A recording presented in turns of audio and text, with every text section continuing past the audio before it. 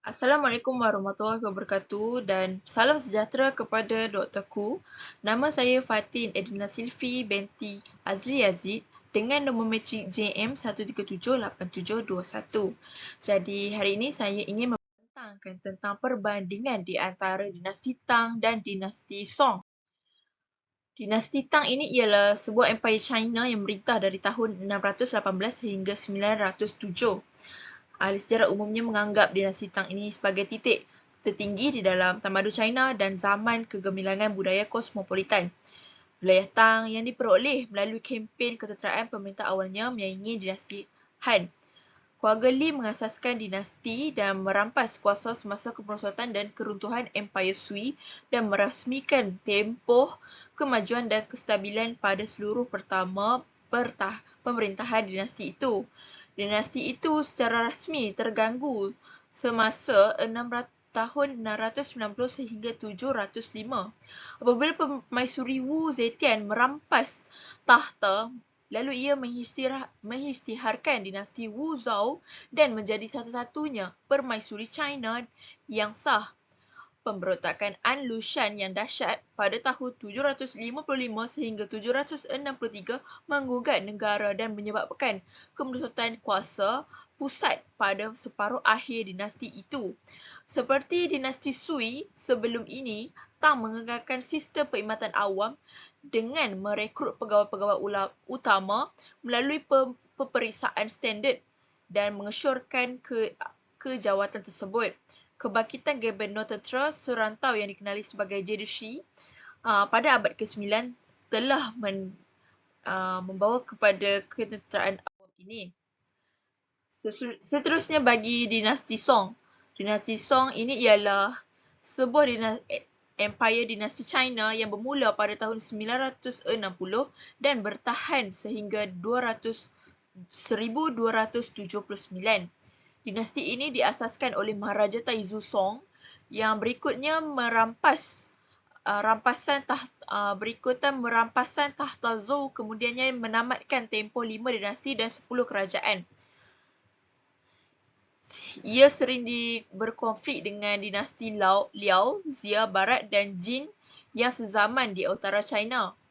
Dinasti ini dibahagikan kepada dua zaman, iaitu Lagu Utara dan Lagu Selatan.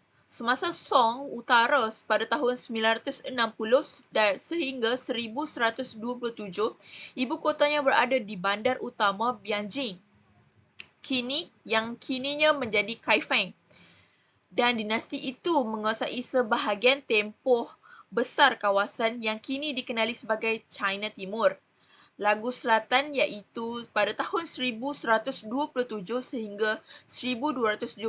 Ini merujuk kepada tempoh selepas Song kehilangan kawalan bahagian utaranya kepada dinasti Jin pimpinan Jurchen dalam Perang Jin Song. Pada masa itu, Mahkamah Song pula berundur ke selatan Yangtze dan menubuhkan ibu kotanya di Lian yang iaitu kini yang menjadi Hangzhou.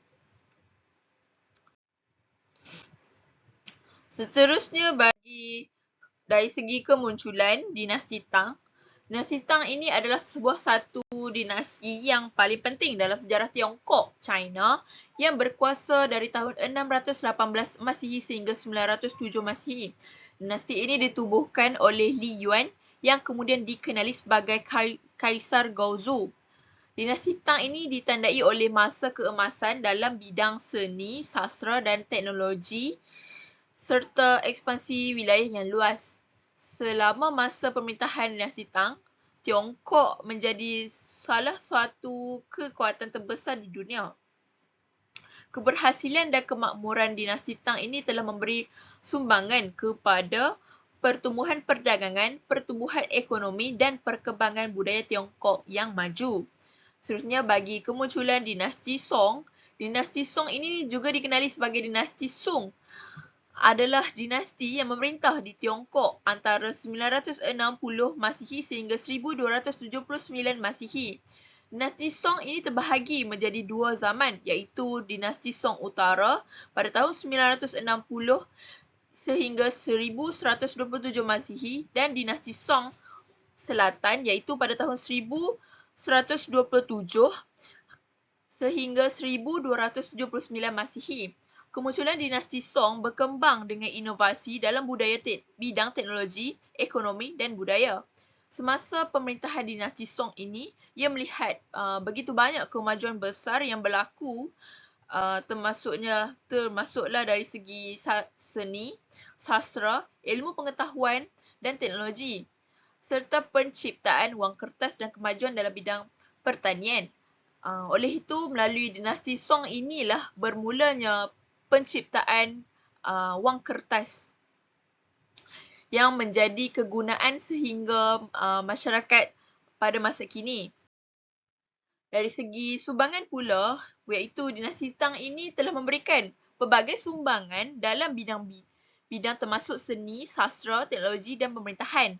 Beberapa sumbangan utamanya iaitu seperti pencapaian seni lukis, seramik dan arkitektur dan penghasilan puisi seperti karya-karya dari penyair besar seperti Li Bai dan Du.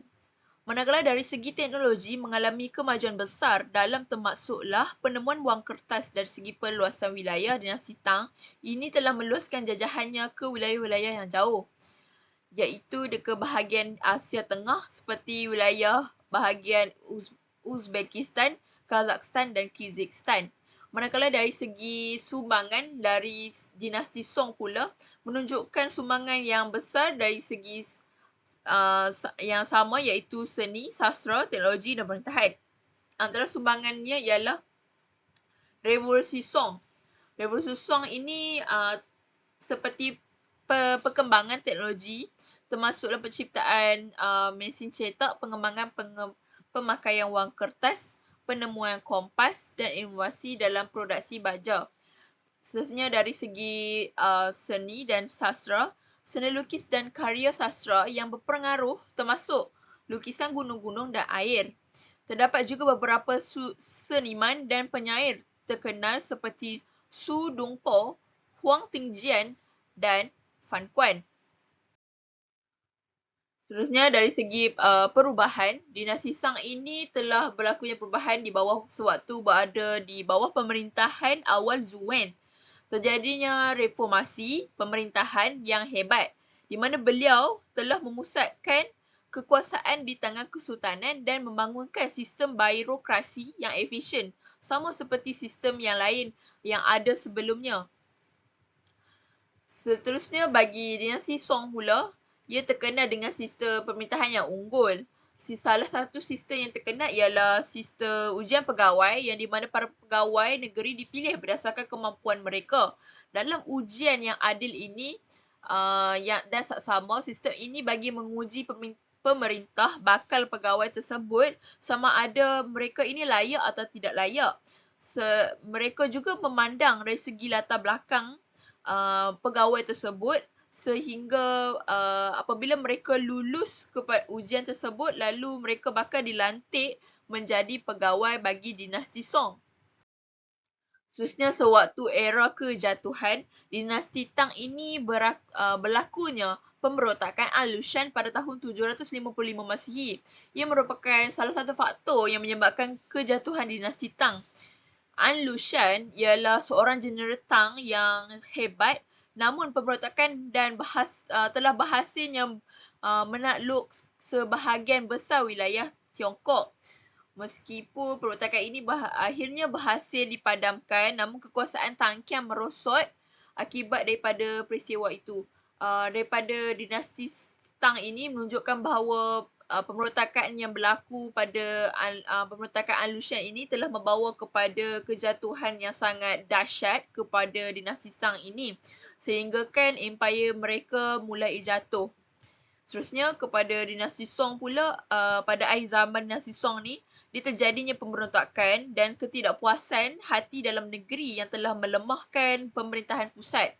Beberapa faktor termasuk ketidakpuasan petani kerana nilai pajak yang tinggi. Ini telah memberikan ketidakstabilan ekonomi dan politik bagi dinasti Song. Bagi contohnya, dinasti Song ini berlakunya kejatuhan adalah disebabkan oleh cukai yang dikenakan kepada petani yang sangat tinggi dan tidak masuk akal sehingga telah membawa kepada ketidakpuasan oleh golongan petani, dan ini menyebabkan antara salah satu faktor yang besar bagi kejatuhan dinasti Song. Seterusnya untuk kesimpulannya ialah kedua-dua zaman ini turut mengalami zaman kegemilangan dan kemerosotan. Setiap dinasti memiliki zaman-zaman kemajuan dan kebangkitan. Pelbagai halangan yang dihadapi oleh kedua dinasti ini sehingga membawa kepada kemerosotan. Namun, dinasti ini memiliki sumbangan yang tersendiri kepada rakyatnya, iaitu kedua-duanya memainkan peranan yang hebat dalam menjaga kebajikan rakyat meskipun terdapat kekurangan yang berlaku. Oleh itu, sekian daripada saya, Fatin Silvi binti Aziz Aziz. Sekian, terima kasih.